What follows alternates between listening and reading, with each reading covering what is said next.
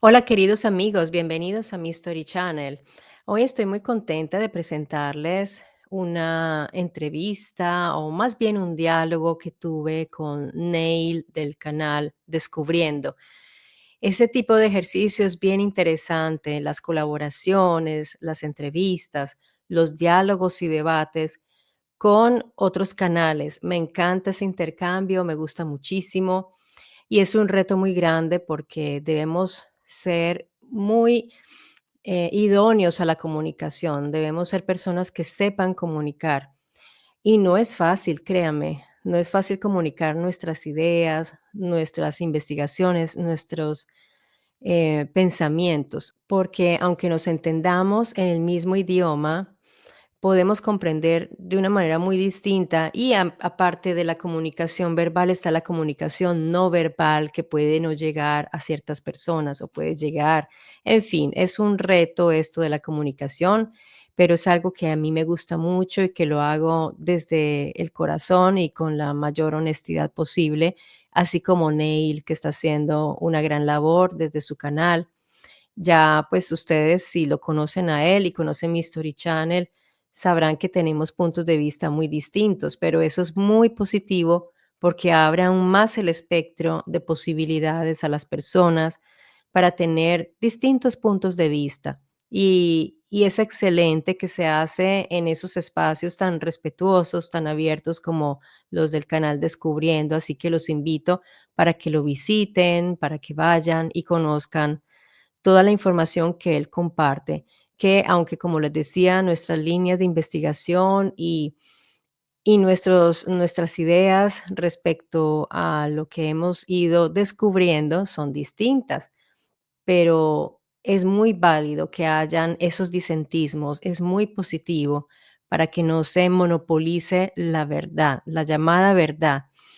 Bien, amigos, los dejo sin mayores comentarios. Es un video largo, dura 1 hora. Ustedes ya verán información que ya conocen, pero igual puede ser que les guste, les agrade ese diálogo que tuvimos, así que aquí lo dejo a disposición de ustedes, pero también pueden ir a verlo al canal directamente Descubriendo.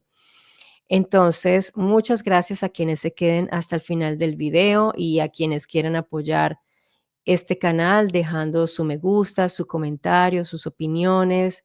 Y bien, amigos, aquí los dejo con la entrevista.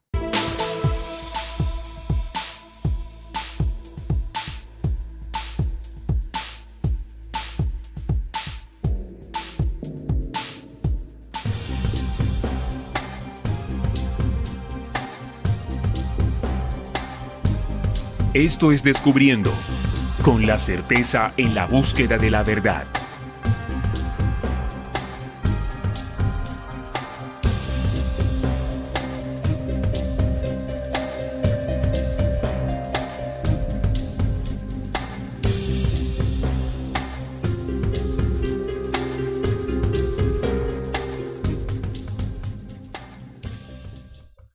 Hola, ¿qué tal amigos? ¿Cómo están? Bienvenidos a Descubriendo con la certeza en la búsqueda de la verdad. Y como siempre decimos, desde ahora comenzamos a compartir con ustedes una herramienta que nos sirva para seguir avanzando por este camino de la real esencia de la verdad. Para hoy tenemos una invitada. Hoy nuestro formato es Invitados Descubriendo. Y ella es una investigadora que vive en Italia y que es directora del canal Mystery Channel. Un canal que en lo personal me sirvió mucho para complementar los conocimientos que tenía sobre Mauro Biglino y además de las traducciones que éste ha comenzado a clarificar para el entendimiento de aquel documento que llamamos Biblia. Ella es Marta Mesa y la tenemos hoy aquí en Descubriendo, que muy amablemente ha aceptado nuestra invitación para, como les dije, ver esas grandes revelaciones de Mauro Biglino. ¿Cómo estás, Marta? Bienvenida a Descubriendo. Neil, yo muy contenta y muy agradecida por tu invitación y por brindarme este espacio para compartir también con tus seguidores, a quienes saludo con un gran abrazo. Bueno, y además quiero decirles que los contenidos del canal Mystery Channel, que ya estaré mostrándoles para que lo conozcan, si no lo conocen, y se adentren ahí a investigar qué nuevos conocimientos podemos adquirir. También replicamos sus investigaciones en nuestra radio, en RCPC, nuestra radio virtual, por considerar que es un trabajo admirable. Hemos siempre acompañado e impulsado lo que nosotros decimos, que el tejido para, digamos, encontrar esos conocimientos lo hacemos entre todos. No podemos en este proceso de investigación y de búsqueda, pues caer en la triste competencia, sino en la complementación, porque el conocimiento se construye de esa forma, contribuyéndonos. Marta, háblanos un poquito de ti y de Mystery Channel. Bueno, les cuento que inicié como tantas personas aquí en YouTube durante la época en que teníamos que estar encerrados en casa. Y yo venía de una historia de una ruptura muy fuerte con una religión bastante invasiva en mi vida familiar y en mi psicología general. Entonces, al hacer esa ruptura con esa organización religiosa, pues me encontré con Mauro Viglino, porque ya me sentía libre de poder consultar las redes y de poder leer.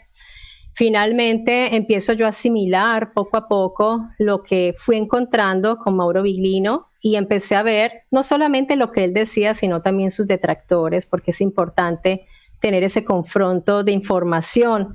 Empecé a confrontar con otros autores y él, pues a través de él, empecé a adquirir más conocimiento de otros autores, de otras investigaciones, porque afortunadamente Mauro Viglino no es autorreferencial. Él se apoya en otros investigadores y en científicos, y eso fue lo que a mí me hizo confiar más en él, en sus búsquedas, porque él siempre busca apoyo de los astrónomos, de los genetistas, de personas de la medicina. Entonces eso me gustó muchísimo, esa interdisciplinaridad en su búsqueda. Y asimismo me he ido formando mi biblioteca. Eso que tú ves allá atrás, en gran parte se lo debo a Mauro Viglino.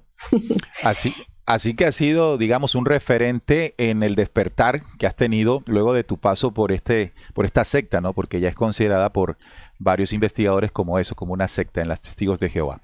El choque fue, me imagino, muy fuerte, ¿no? Al principio, en el sentido de abrir los ojos con relación a lo que tradicionalmente aprendiste en este grupo religioso.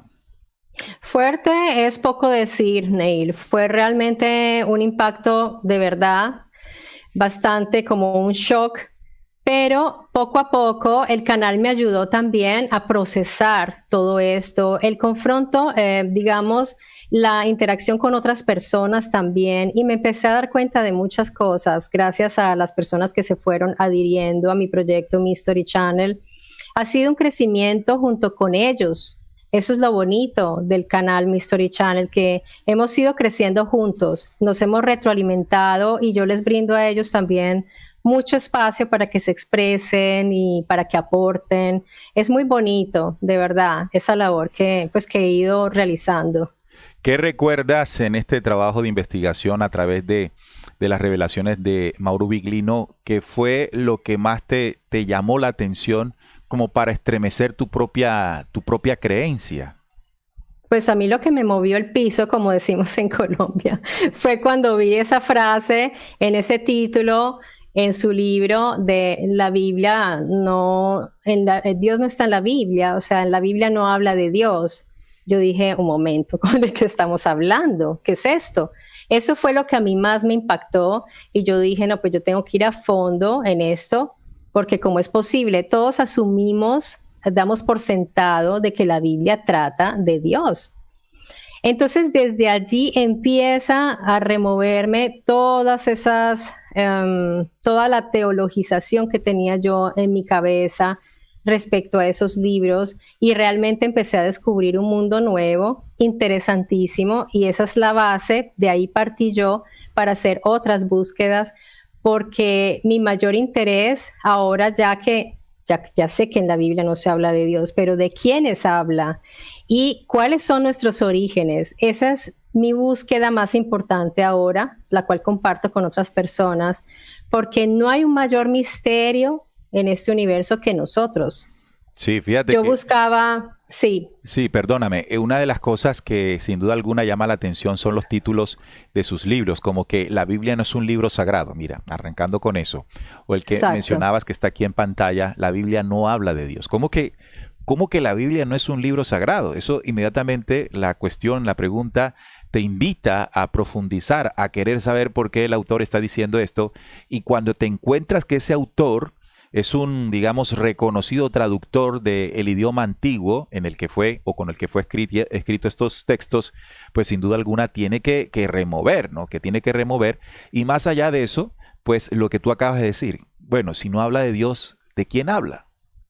¿Quiénes son los que aparecen allí como de Dios, no?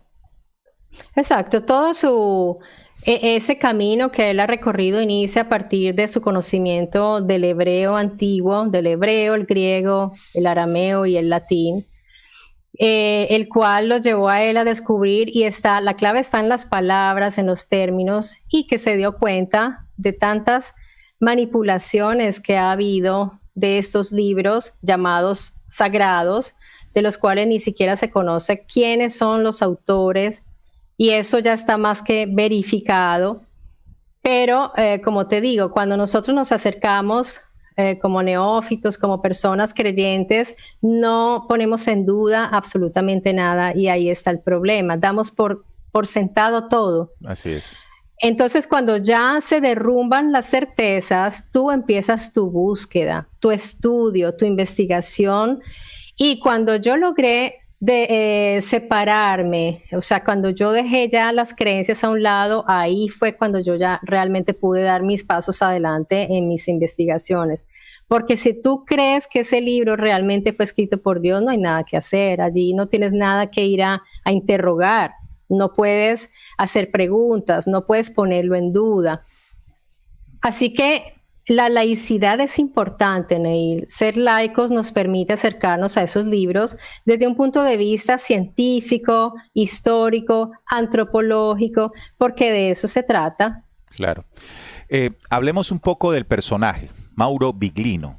Dentro de lo que conoces de él, en tu investigación sobre él mismo, ¿qué puedes contarles a nuestros seguidores en Descubriendo? ¿Quién es Mauro Biglino? Bueno, Mauro Biglino, él es torinés, tiene más o menos 74 años, es una persona que no habla mucho de su vida personal porque está dedicado al 100% a sus estudios. Él es un gran traductor, conocedor de las lenguas antiguas, amante de las lenguas antiguas, y se acercó a estas de manera autodidacta, en el sentido que él buscó su maestro que le enseñó directamente el hebreo. Y debo decir que de una inteligencia muy aguda. Y Mauro Biglino empezó a traducir la Biblia, él con un lapicito y un cuaderno a mano. Uh-huh. Y ahí fue cuando se acercó a la editorial San Pablo, que colaboraba con el Vaticano. Y ahí lo conocen, se dan cuenta de lo bien que traducía y le pidieron hacer esta labor. Él alcanzó a traducir 17 tomos, desde el Bereshit. Tal vez alcanzó a traducir todo lo que es la Torá, me parece. Pero cuando él ya empieza a hacer sus conferencias, porque él empieza a descubrir lo que yo te estoy diciendo, que la Biblia ahí en realidad no se habla de Dios ni de dioses. Se está hablando de unos personajes muy concretos, y él empezó a entender también el pensamiento hebreo y empezó a entender muchas cosas, porque él es interdisciplinar también. Él no se queda ahí focalizado, sino que él va a buscar también el estudio de otras religiones, otras culturas, y se dio cuenta y empezó a compartirlo en conferencias. Pues hasta ahí fue el trabajo, porque lo despidieron, y él continuó haciendo sus conferencias hasta el día de hoy, que pues desafortunadamente su enfermedad lo ha limitado bastante. ¿Has tenido la oportunidad de escucharlo? Tú que estás allá en Italia, ¿has podido en algún momento asistir a algún tipo de conferencia en la que haya compartido información importante? Tuve la gran fortuna de asistir a la última que realizó precisamente en su ciudad, en Torino. Ahí estoy yo cuando él me está firmando el libro. Me escribió una dédica muy bonita. Estaba cansadísimo, o sea, yo sentí que estaba tan agotado. Yo lo abracé, le di las gracias y no quise yo tenía un montón de preguntas para hacerle, pero Neil, yo dije, no, está súper cansado. Pero sin embargo, durante la conferencia tuve la oportunidad, sí, de hacer una pregunta, me la respondió delante del público y también Mateo Corrías, que estaba con él, porque él hace muchas colaboraciones. Uh-huh. Y con Mateo Corrías, que es un erudito, él se especializa en lo que es la religión romana, se llevan muy bien.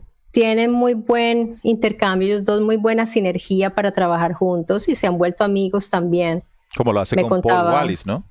O lo hizo con Paul Wallis. Paul Wallis, mira, Biglino, yo sé que él siente una gran admiración, él es de una humildad increíble, o sea, él los admira a todos, él admira a Paul Wallis, a Graham Hancock, a Daniken, o sea, Biglino es muy humilde y él los admira, pero en realidad yo te digo una cosa, Neil, ellos son los que tienen que admirarlo a él y no es fanatismo, lo que te estoy diciendo es tal cual, porque cuando tú ya conoces a profundidad, lo que te digo, esa agudeza de Biglino, pero Biglino no es el primero, déjeme decir esto, o sea, Biglino tuvo muchos antecesores, hubo gente que preparó el camino, que abrió las puertas, y te quiero hablar de eso ahorita, no me dejes olvidar, sí, porque me parece importante. Pero Biglino, ¿qué hizo? Su logro fue acercar las masas, ese carisma que él tiene para llegarle a jóvenes y ancianos y a personas de todas las edades, es lo que ha permitido que mucha gente se interese en la Biblia, y yo digo, deberían agradecerle a Mauro Biglino, porque yo creo que no ha habido un periodo donde se vendan tantas Biblias como este.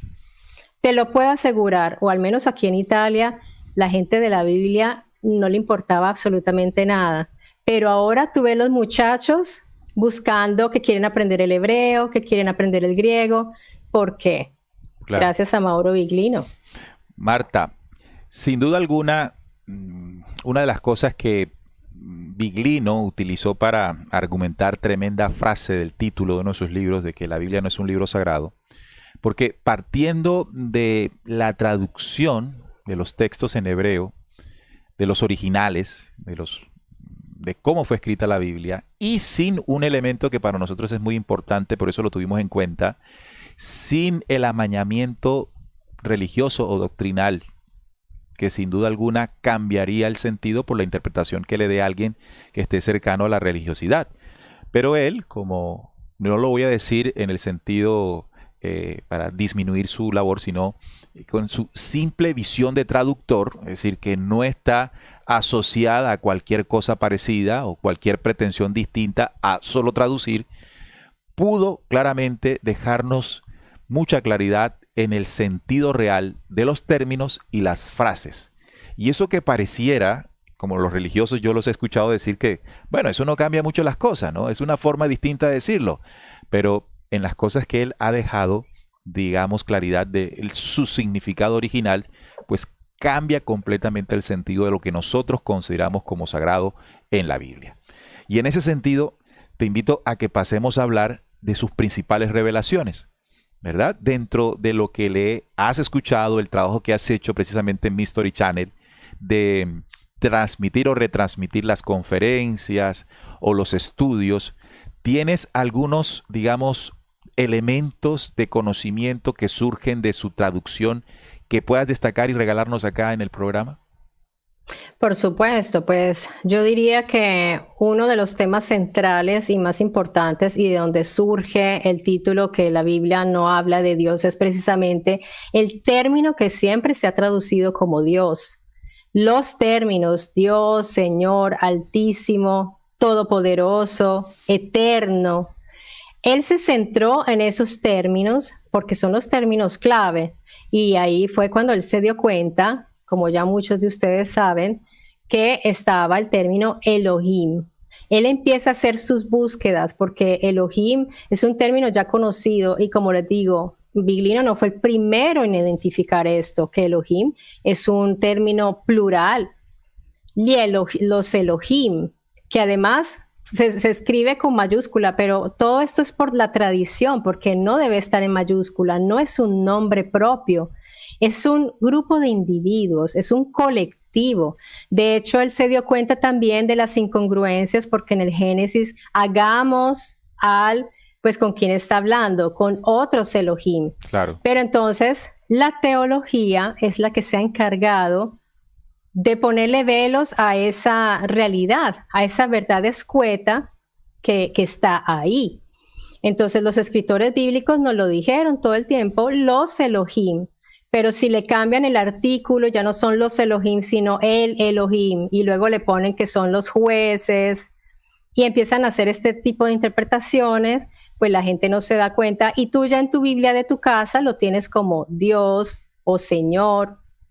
Y por otro lado está el término Él, que ese todavía está más discutido porque todavía no se ha dicho la última palabra, porque puede ser que Él en realidad era el padre de los Elohim y era un individuo que venía de la antigüedad todavía, de los canaanitas, que viene de una historia mucho más antigua. Así que todo esto está, digamos, en transición constante, pero igual puede ser él como el singular de los Elohim o él como el padre de los Elohim. Esas son teorías ya. Entonces hay que tenerlas en cuenta porque esta nueva teóloga está hablando al respecto. La Francesca Stavrakopoulou, ella está hablando de esto en este momento. Entonces yo lo estoy tratando en el canal. Y Elión es simplicísimo, es un término que convirtieron en el Altísimo, pero resulta que Elión es un adjetivo, estar por encima. De hecho, hay unas habitaciones que están en las partes superiores de las casas que se llaman Elión. Y lo convirtieron, imagínate, lo pasaron pues al Altísimo como un superlativo y resulta que no es el Altísimo, simplemente es un adjetivo. Un adjetivo y absoluto. Cuando tú ves, un adjetivo lo volvieron absoluto, lo volvieron algo superlativo, claro. Superlativo, pero no, es simplemente algo que está por encima. Puede ser cualquier cosa que está por encima de, o también un sujeto que está en un rango superior, pero jerárquicamente. Y cuando tú ves que Elión reparte tierras, entonces tú dices, Elión era un comandante, una persona que tenía un grado superior, pero no estamos hablando aquí de dioses, ¿ves? Entonces, cuando ya entendemos que estamos hablando de individuos de carne y hueso, de militares, que han colonizado esas tierras y que hay uno que les reparte las tierras, ya te va viniendo una claridad y ya todo toma una coherencia. Toma un sentido distinto. Entonces, estamos hablando de Elohim como un conjunto de personajes que lejos de ser Dios, como nos dijeron, simplemente son entidades biológicas que, esa es la otra pregunta. ¿Viglino se arriesga a decir, luego de estas traducciones, el origen de estos Elohim?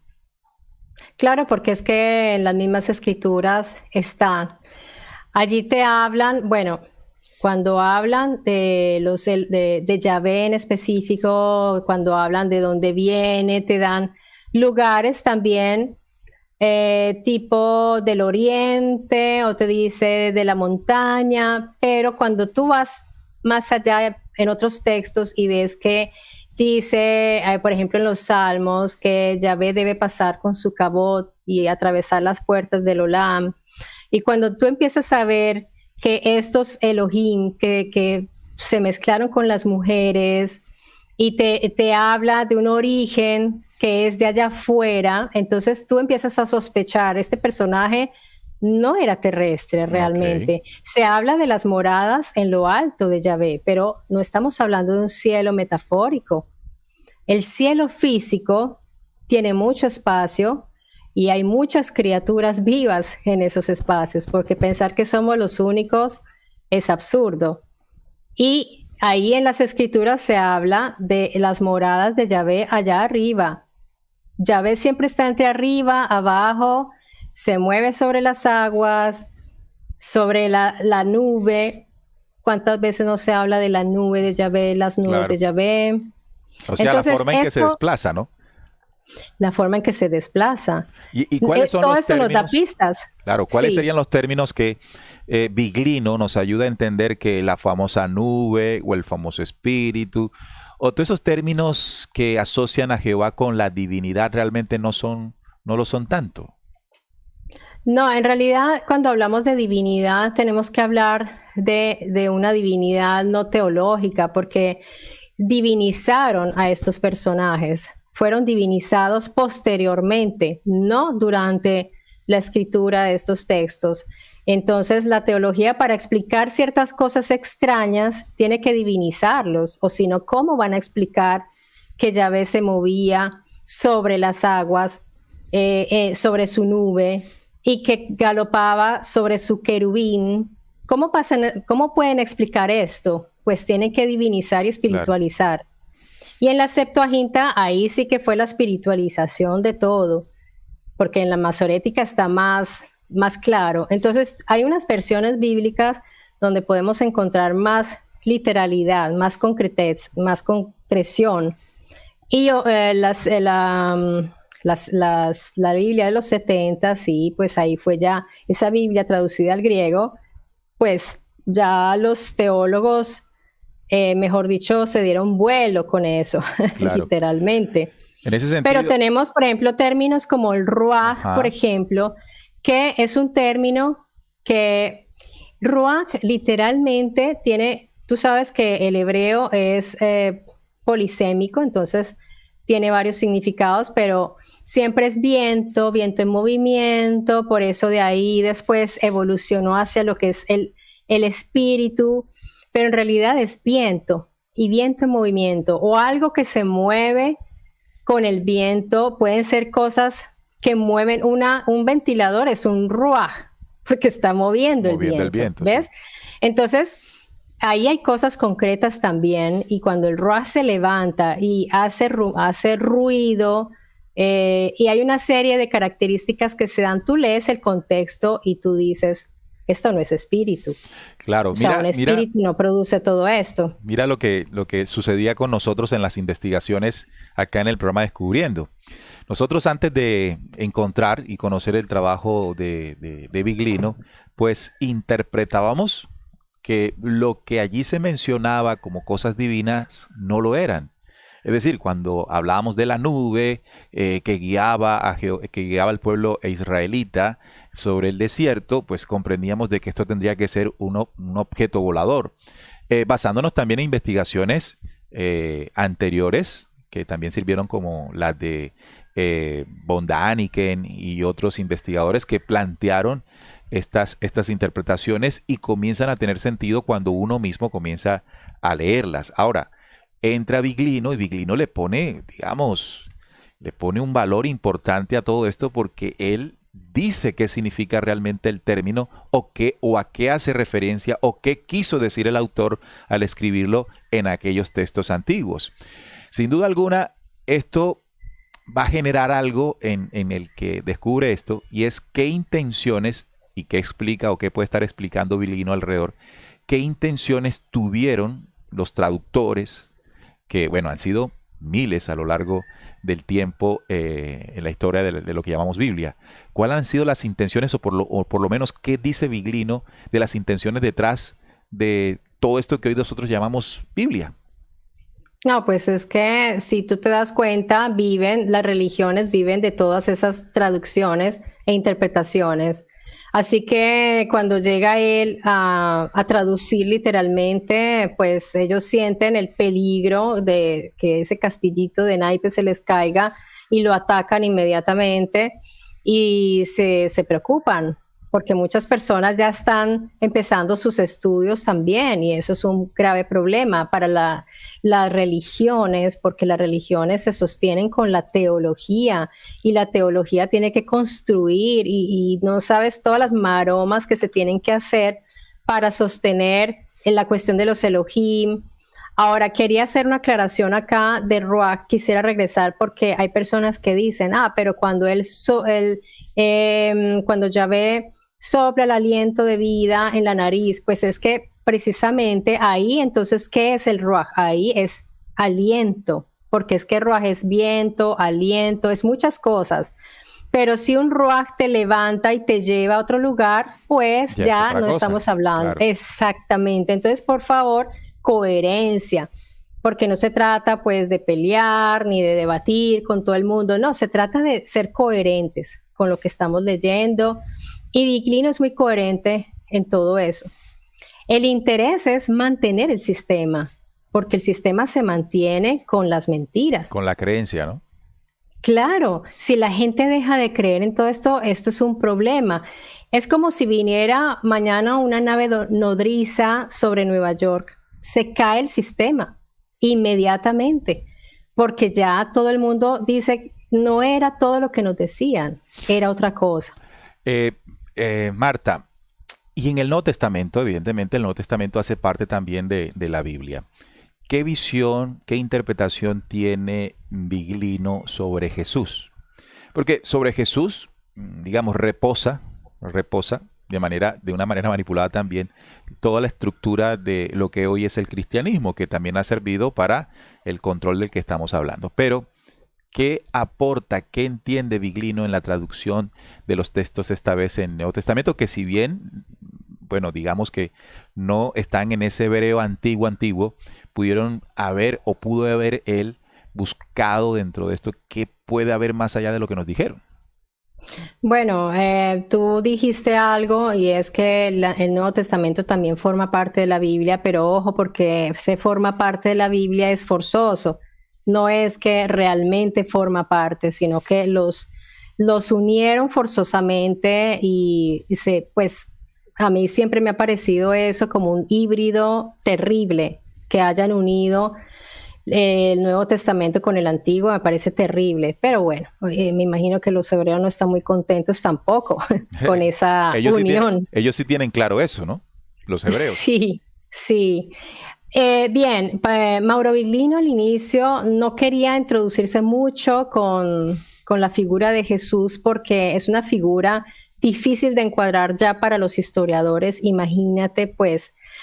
Pero él, después de que la gente le pidió hacerlo, se empezó a interesar y ha hecho colaboraciones con Pietro Buffa, me parece, ahora me acuerdo el nombre con quien ha colaborado para hacer el libro sobre Jesús, que lo debo tener por aquí cerquita. Bueno, el caso es que Biglino, él dice, bueno, seguramente existió Jesús. Y él trata de hacer un análisis lo más neutral posible, pero siempre está esa posibilidad, como él dice, su método ¿cuál es? Pues hagamos de cuenta que lo que escribieron era lo que realmente pasaba.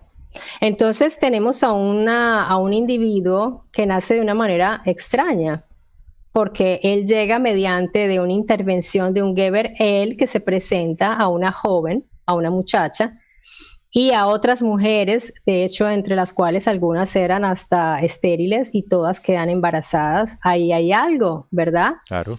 Entonces, él dice, bueno, igual tenemos a esta gente que ya venía de una historia con los Elohim y muchas intervenciones genéticas para mantener un linaje, pues está la posibilidad de que Jesús también esté dentro de esas intervenciones. Puede ser. Claro. También por las características de su vida, por lo que hizo, digamos que hubiera realizado algunas sanaciones muy particulares, puede ser que Jesús tenía un cierto conocimiento, pero siempre está ahí como entre lo divino y lo humano. Divino, ya te digo, divino no es desde el punto de vista teológico, ¿no? Sino dentro de lo extraterrestre y terrestre. Sí. Exacto. Entonces sería posiblemente un híbrido, claro, como lo fueron los otros también. ¿Qué piensas de esa teoría? No sé si viene de Biglino, tú me corregirás, en la que se dice que el padre de Jesús realmente fue Gabriel, siendo él el anunciador de del embarazo de su madre. Es que el Geber él era en realidad, yo lo veo más como un mensajero, o sea, él intervenía comandado por los Elohim. Yo no creo, porque de todas maneras ahí dice que él la cubre, o sea, este Geber él la cubre con su cuerpo, entonces parece que ahí hubo un contacto sexual. Claro. No fue una inseminación en este caso, parece que sí hubo contacto con este sujeto de estas características, que si era un malak, entonces no estamos hablando de seres humanos, Claro. Estamos siempre hablando de estos sujetos que venían de afuera. Dentro de nuestras investigaciones nos hemos topado con diferentes hombres contactos y uno de los que pues le hemos sacado bastante el jugo, como decimos acá en Colombia, ha sido a Enrique Castillo Rincón.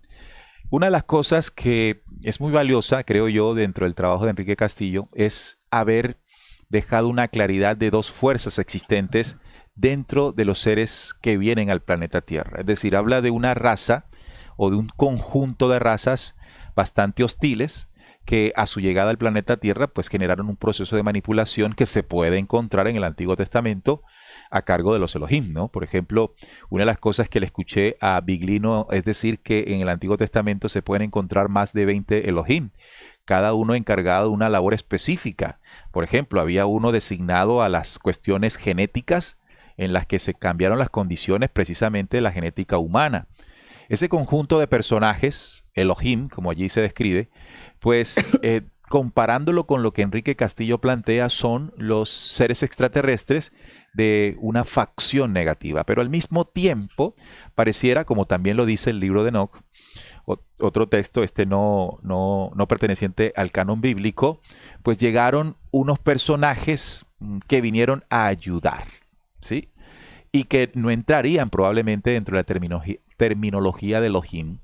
Sin embargo, casi sería lo mismo, personajes que vienen de las estrellas, pero se contempla dentro del trabajo de Biglino, o por lo menos tú lo has entendido, que hay una descripción, una definición, una separación de dos fuerzas, una de carácter negativo, que se puede notar allí como Dios del pueblo hebreo o dioses del pueblo hebreo, y otro de carácter positivo, de la cual se puede pues hacer parte también incluso del mismo Jesús. No, nunca, nunca. Y en realidad yo soy muy escéptica de esa idea como tan configurada, de estos son los buenos, estos son los positivos, estos son los negativos. Yo tendría cuidado con esas clasificaciones.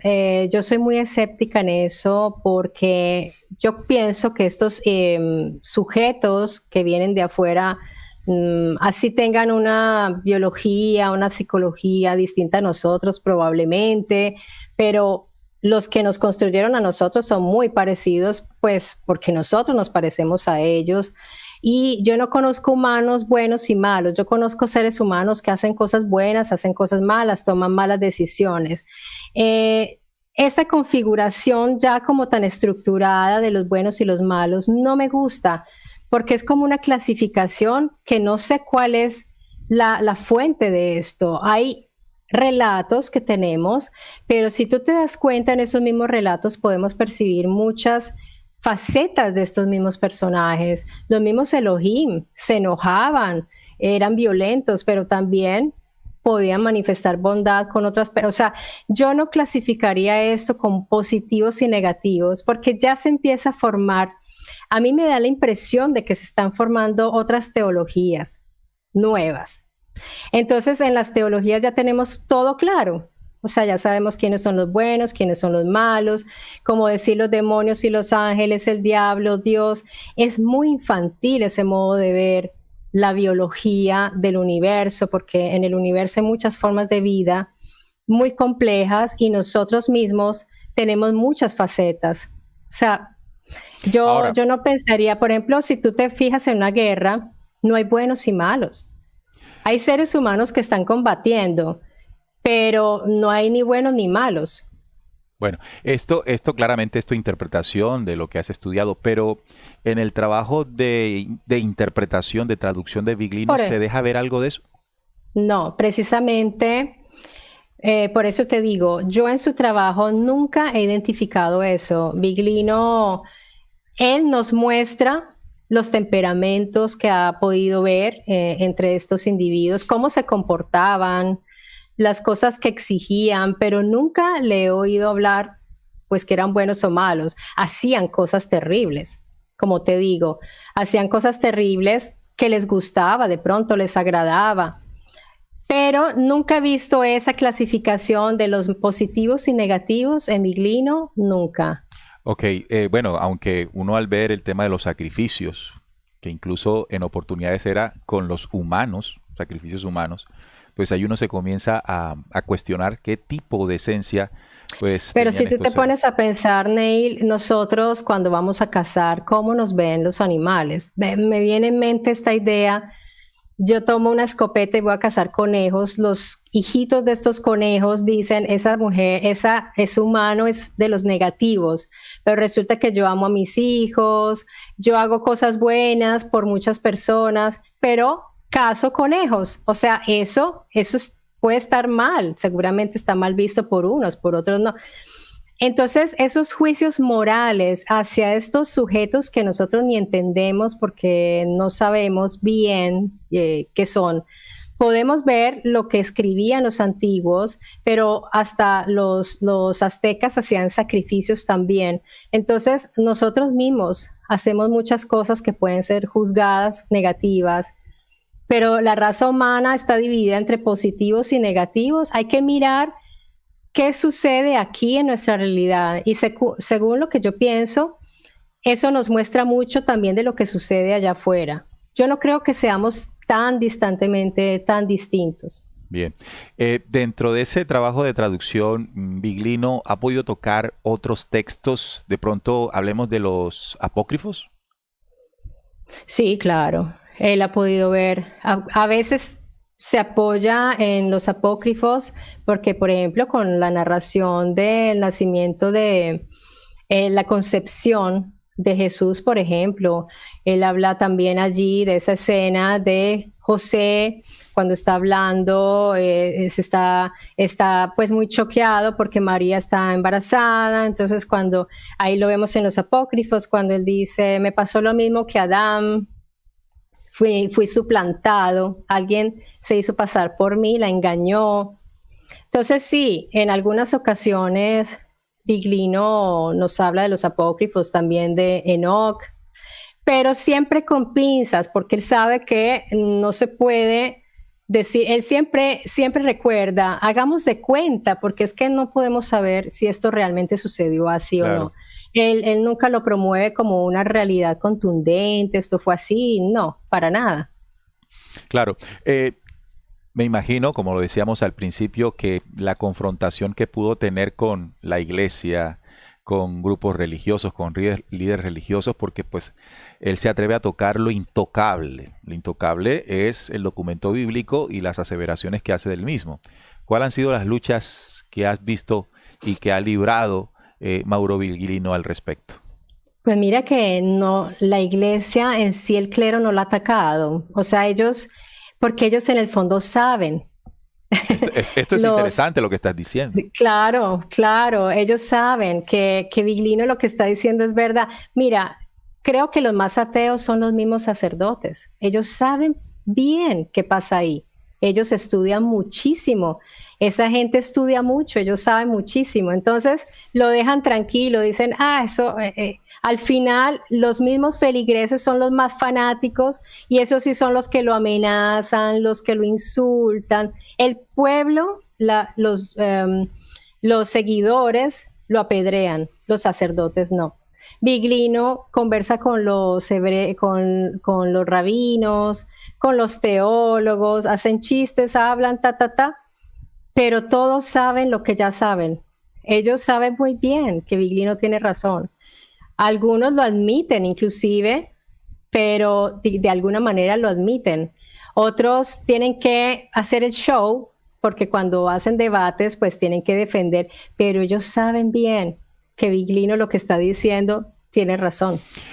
Yo estoy segura. O sea que los enfrentamientos han sido en otras arenas. Los enfrentamientos son ante el público porque a ellos no les conviene que el público pueda tener dudas y decir, ¿será que Viglino tiene razón? Entonces, obviamente, en sus debates son fuertemente opuestos, pero yo he visto en ciertos momentos de ciertos debates donde alguno de esos teólogos prácticamente está más de acuerdo con Viglino de lo que podemos pensar. Pero como te digo, Neil, ellos al pueblo lo tienen que mantener ignorante. Ellos saben que Viglino sabe lo que ellos saben, lo que todos saben, porque un teólogo tiene que saber la verdad. Una persona que estudia como estos seminaristas, ellos saben muy bien, y algunos tienen sus crisis y se salen. Otros deciden, no, yo estoy aquí porque pues este es mi trabajo. En fin, todos tienen sus motivos para estar ahí adentro. Claro. Pero digamos que al nivel ya de pastores, gente que no sabe bien la lengua original, ellos sí pueden estar engañados porque ellos sí no tienen acceso directo. Dentro de esa argumentación para debatir contra los argumentos de Viglino, algunos recurren a la difamación, yendo, por ejemplo, de pronto a algunas situaciones del pasado de Viglino y aprovechándolas como pues las tenemos todos los seres humanos para desacreditar su labor académica en el tema de las lenguas. ¿Ha tenido que ver esto con Viglino? ¿Se le ha atacado desde esa forma, digo yo, baja? Porque pues siempre uno tiene que ir al trabajo y no a lo que esa persona es en sí. Sí, claro, no ha faltado. Y lo que me da risa es que lo que tanto sacaron como es que él es un estafador y uno dice, sí, tú conoces el crack Bersano. ¿Eso qué es? En realidad se llamaba el crack Bersano, la famosa estafa que sucedió por parte de un inversionista, de un consultor. Él tenía una agencia de inversiones, era un consultor como esa gente que son brokers. Viglino era parte de un team de personas que eran brokers. Él vendía productos financieros.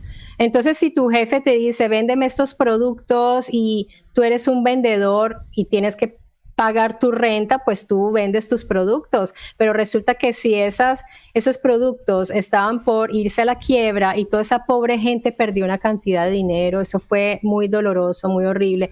El único que puso la cara fue Mauro Viglino. Pobrecito, él se presentó y le dijo, bueno, tranquilo, 2 años, lo condenamos porque en Italia las cosas financieras son peores que cualquier crimen. O sea, aquí, si tú no pagas un impuesto o algo así, es peor que cometer una masacre. Entonces, le dijeron, bueno, te damos 2 años de condena, pero 2 años pues en su casa, ¿no? Claro. Y él, como buen ciudadano, lo cumplió, nunca más se habló de eso.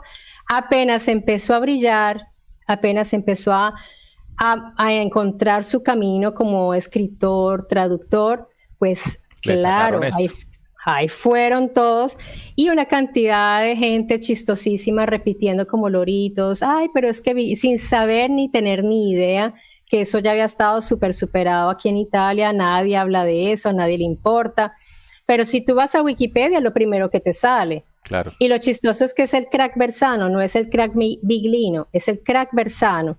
Viglino fue uno que cayó ahí. Entonces, es bajo, como dices tú, es bajo. Eso no inhabilita que una persona pueda hacer esta labor y sobre todo que gran parte, porque diría gran parte de las cosas que pone en evidencia con su trabajo, coinciden con las interpretaciones y las visiones que otros han hecho. Tú me dijiste hace unos minutos que te recordara de que no ha sido el primero, de que él ha sido el que abrió la puerta. ¿En qué sentido? Bueno, a la gente se le olvida que fue precisamente el coautor de la teoría de la evolución de las especies, el primero prácticamente científico a decir que el ser humano tuvo que haber sido intervenido porque no se explica la evolución en el humano. No es aplicable la evolución de las especies en el ser humano.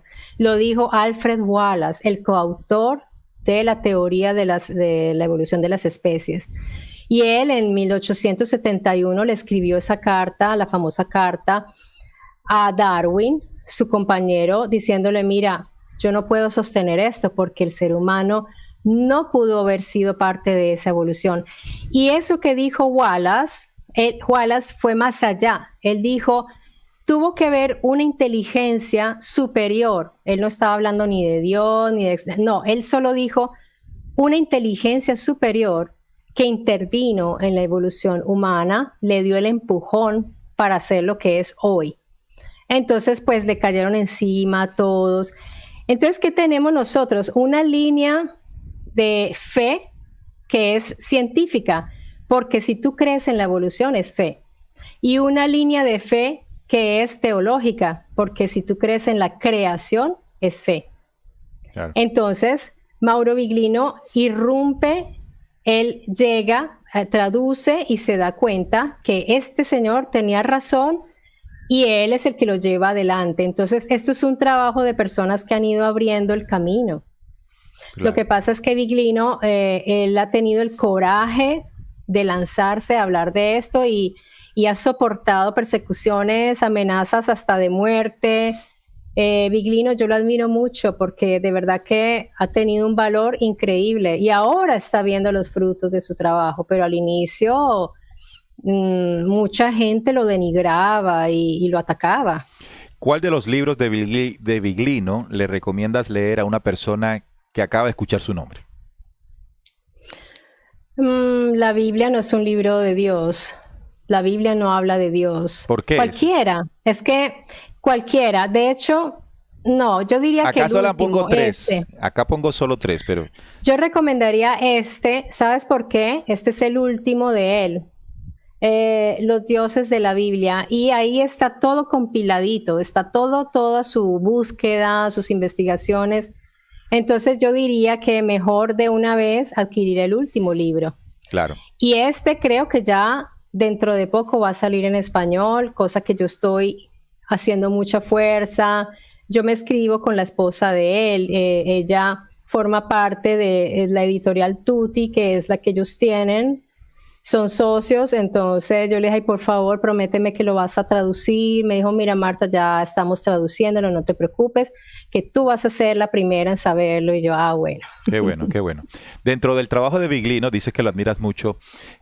¿Han habido otros investigadores parecidos en las revelaciones que hacen? Por ejemplo, de que los dioses que están ahí en el Antiguo Testamento, sobre todo, no corresponden a Dios, sino a otro tipo de seres. ¿Que también admires o sigas su trabajo? Por ejemplo, sí, un J.J. Benítez o un Freycedo, qué sé yo, Von Daniken, qué sé yo. ¿A quién sigues? ¿O a quién crees tú que complementa el trabajo de Viglino? Yo le tengo un gran afecto intelectual y emotivo a Sitchin, porque él fue, digamos, uno de los pioneros.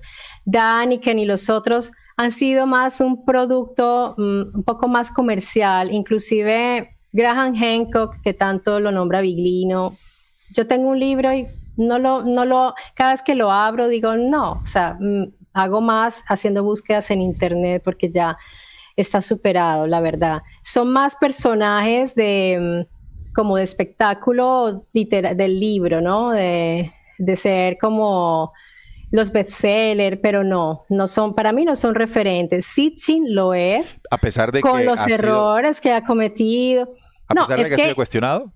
Es que a Sitchin le han hecho una guerra sistemática impresionante y a Sitchin le ha pasado algo parecido que con Viglino, y es que hay gente que se dedica claro, a Sitchin. Eso no falta. Y han tomado, se han vuelto famosos solo por criticar a Atacando, Sitchin. sí. ¿Qué destacas de Sitchin y qué crees en qué se equivocó?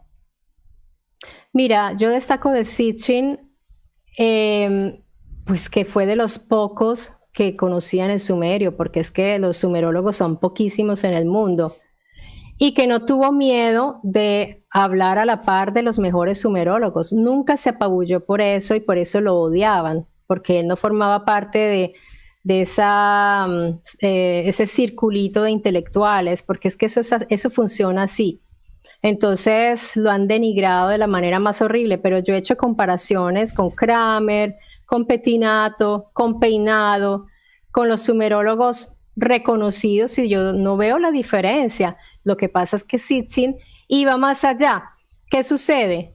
Que cuando tú estás interpretando una tablilla, entonces, si tú le aumentas la idea que tú tienes de eso que estás leyendo, entonces ya eso es un crimen. Una especulación Pero tuya. resulta que eso lo hacen todos. Eso lo hacen todos. Claro. A ver, hay unos que se dedican solo a la traducción y se detienen en eso. Entonces, cuando hay un huequito en la tablilla, no dicen nada más, ponen el huequito.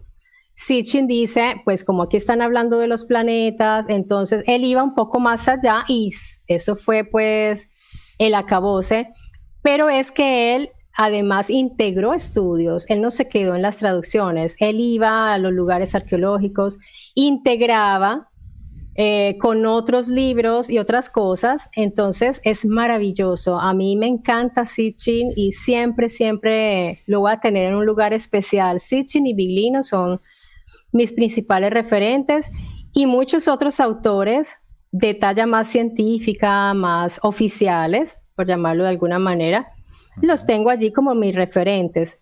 Entonces, ya los otros, JJ Benítez, ni te digo para nada, o sea, no. Ni Freixedo tampoco, o sea, ya no.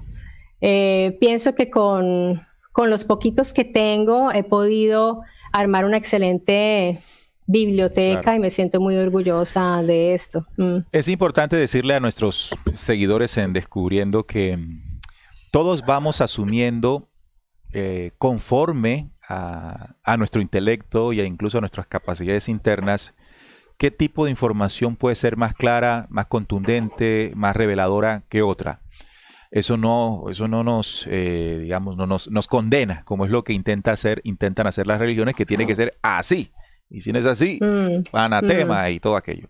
Aquí lo importante, y siempre me ha parecido que hay que destacar, es que debemos saber escucharnos y de saber escucharnos sacarnos nuestras propias conclusiones.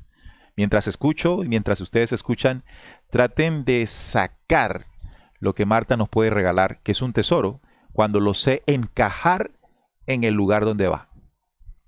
Ese es, digamos, el punto que un buscador debe tener muy, muy, muy, muy en cuenta.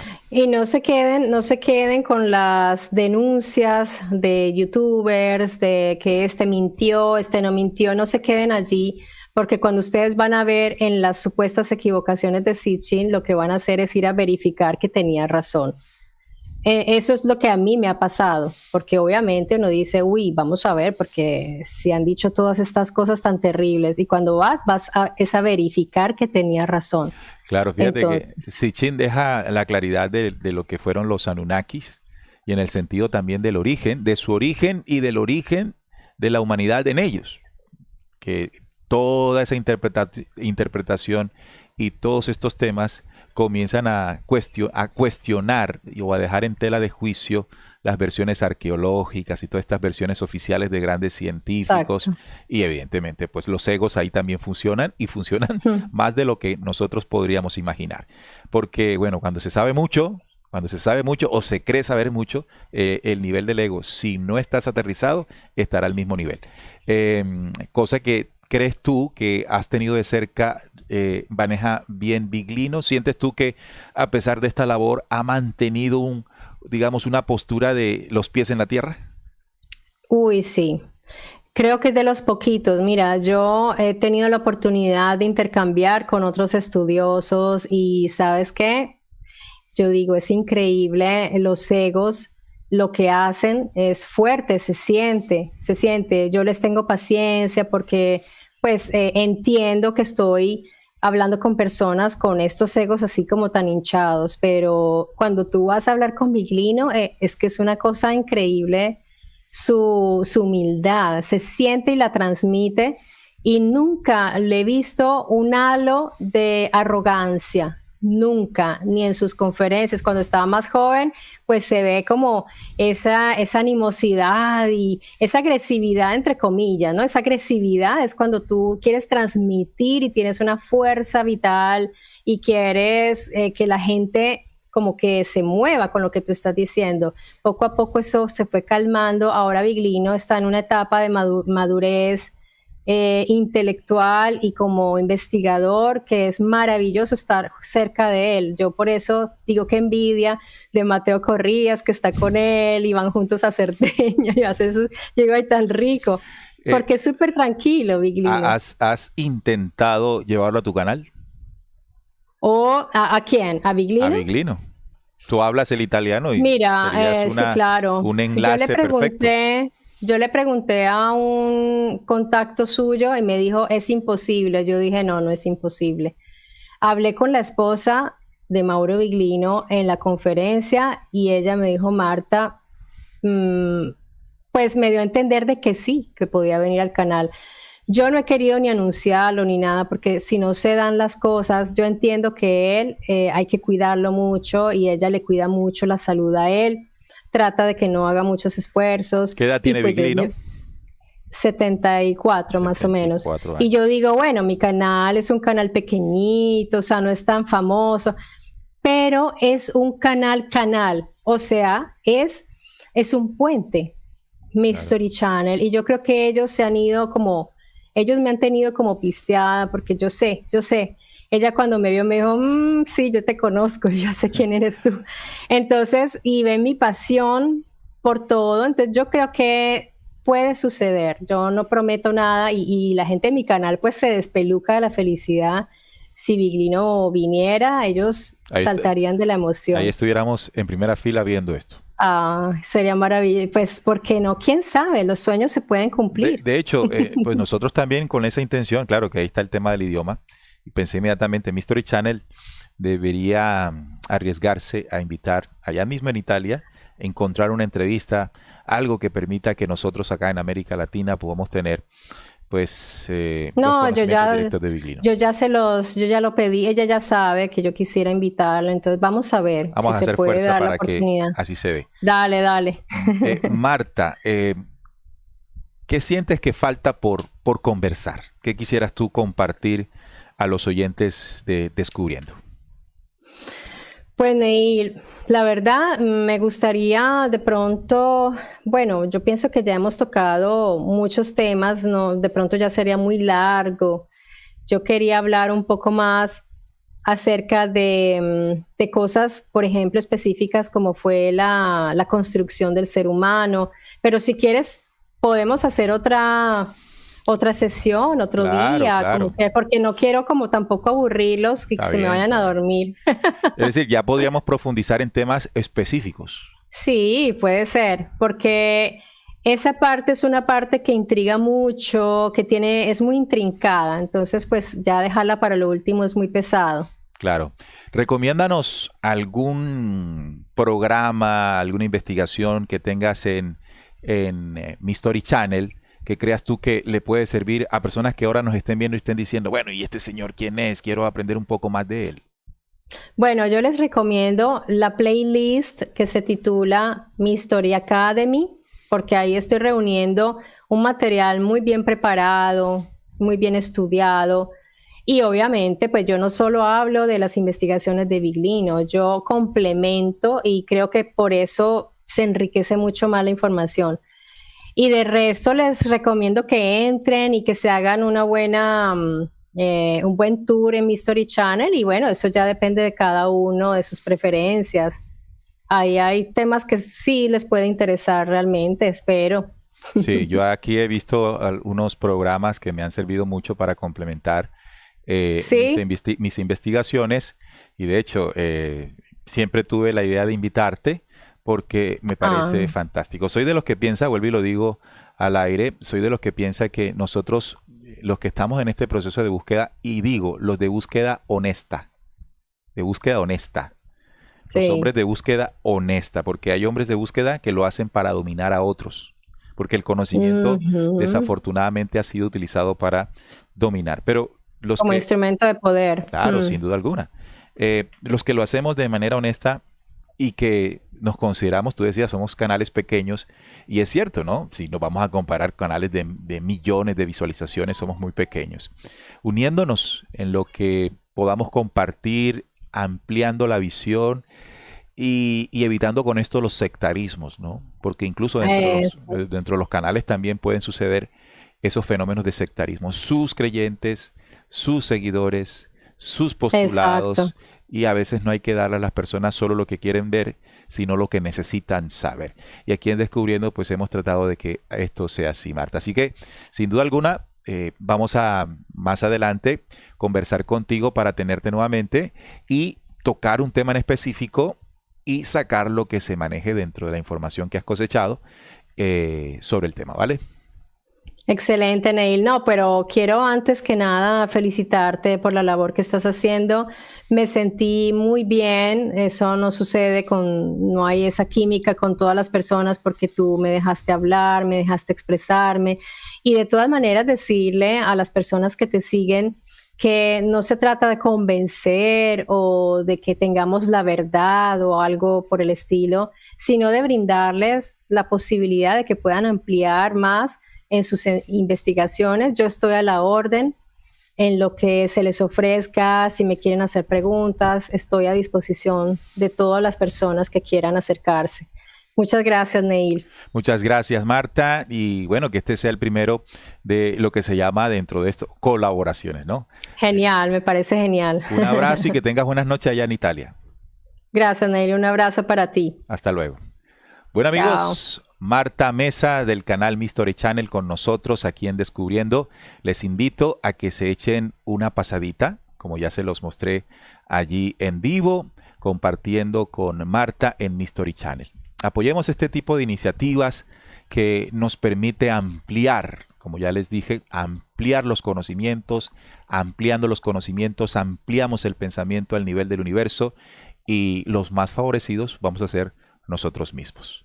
Regálenos el me gusta, suscríbanse al canal y por supuesto también al de Mystery y nos vemos la próxima semana con más Descubriendo. Recuerden, con la certeza en la búsqueda de la verdad. Chao, chao. Descubriendo. Con la certeza en la búsqueda de la verdad.